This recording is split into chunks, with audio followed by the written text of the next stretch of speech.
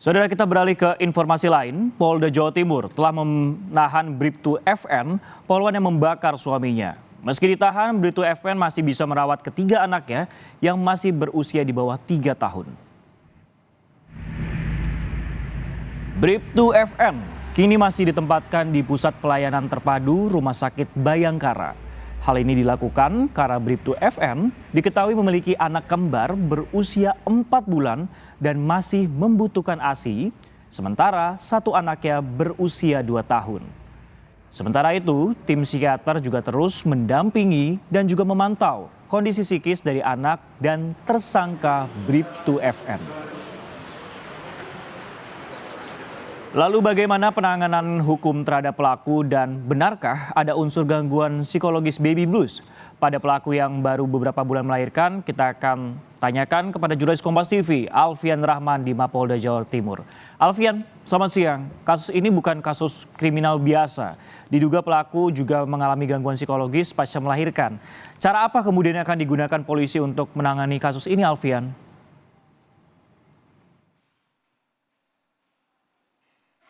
Ya, selamat siang Sisko dan juga saudara, terkait dugaan apakah pelaku Bribtu FN ini mengalami depresi pasca melahirkan atau yang sering disebut baby blues. Ini keterangan kami dapatkan berdasarkan dari ahli psikologi Universitas Airlangga yang menyebutkan memang bisa saja terjadi hal tersebut, mengingat Bribtu FN sendiri ini baru saja kembali berdinas atau bekerja begitu setelah melahirkan anak kedua dan ketiga yang merupakan anak kembar yang kini berusia 4 bulan, dan beberapa langkah yang dilakukan oleh pihak kepolisian sendiri ini harus berhati-hati dalam mencari keterangan, menggali keterangan, mencari informasi lebih lanjut dari pelaku Bribtu FN sendiri. Terbaru yang informasi kami dapatkan, selain telah memeriksa 5 orang saksi terkait kasus tersebut, pihak Polda Jawa Timur juga mendatangkan 2 orang ahli yang berasal dari psikologi forensik dan juga psikiater yang membantu pihak penyidik ini untuk mencari keterangan lebih lanjut dari pelaku. Tidak hanya untuk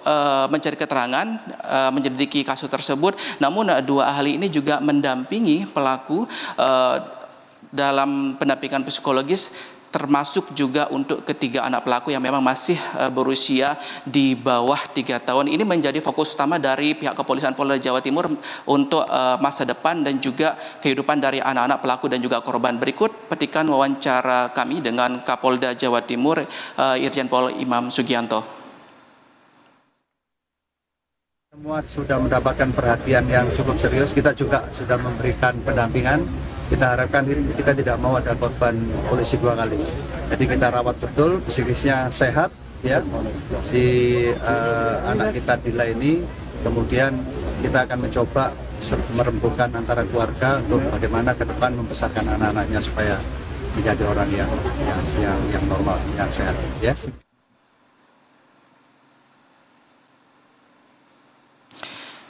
Ya, saudara, kendati memang sudah ditahan, namun hingga saat ini pelaku Bribtu FN masih ditempatkan di Pusat Pelayanan Terpadu atau PPT RS Bayangkara ini untuk memberikan hak eksklusif bagi anak-anak pelaku, di mana 2 orang anak yang merupakan bayi kembar ini masih harus mendapatkan ASI begitu dan pendampingan dari pelaku sendiri. Hingga saat ini pihak kepolisian Polda Jawa Timur memang telah melakukan visum dan juga tes kejiwaan bagi pelaku Bribtu FN yang telah dilakukan pada hari Senin tanggal 10 Juni 2024 lalu, dan memang hingga saat ini belum ada keterangan resmi apa yang menjadi hasil dari tes kejiwaan tersebut, dan kami juga masih menunggu hal tersebut. Sisko. Baik, tes kejiwaan masih ditunggu rilisnya kepada kami pihak awak media terkait kasus Bribtu FN yang membakar suaminya, dan saat ini juga sudah dilakukan penempatan di PPT RS Bayangkara. Nah, lantas Alfian, bagaimana dengan penanganan judi online di lingkungan kepolisian saat ini?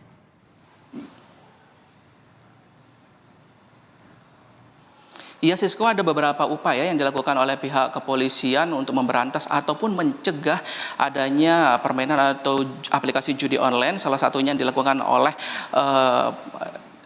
Polda Jawa Timur ini di semua daerah baik di Polres maupun di Polsek, di mana si propam dari masing-masing instansi tersebut melakukan razia atau sidak dari dari gawai atau handphone dari para anggota dalam waktu tertentu dan secara berangsur, ini untuk mengecek apa yang menjadi isi dari gawai ataupun HP dari anggota tersebut. Jika nantinya ditemukan gawai dari anggota tersebut berisi aplikasi judi online, maka akan mendapatkan sanksi yang tegas dari pimpinan masing-masing. Tidak hanya untuk judi online ini, Sisko, tapi Polda Jawa Timur ini juga beberapa hari yang lalu kemudian mendata anggota-anggota kepolisian yang diprediksi atau yang dirasa memiliki masalah, terutama masalah kekeluargaan. Pendataan pemetaan ini dilakukan agar dapat dilakukan pembinaan bagi para anggota agar kasus serupa tidak kembali terjadi, Sisko. Baik, terima kasih Alfian Rahman yang melaporkan langsung dari Mapolda Jawa Timur terkait perkembangan kasus pihak polisi yang kemudian membakar suaminya.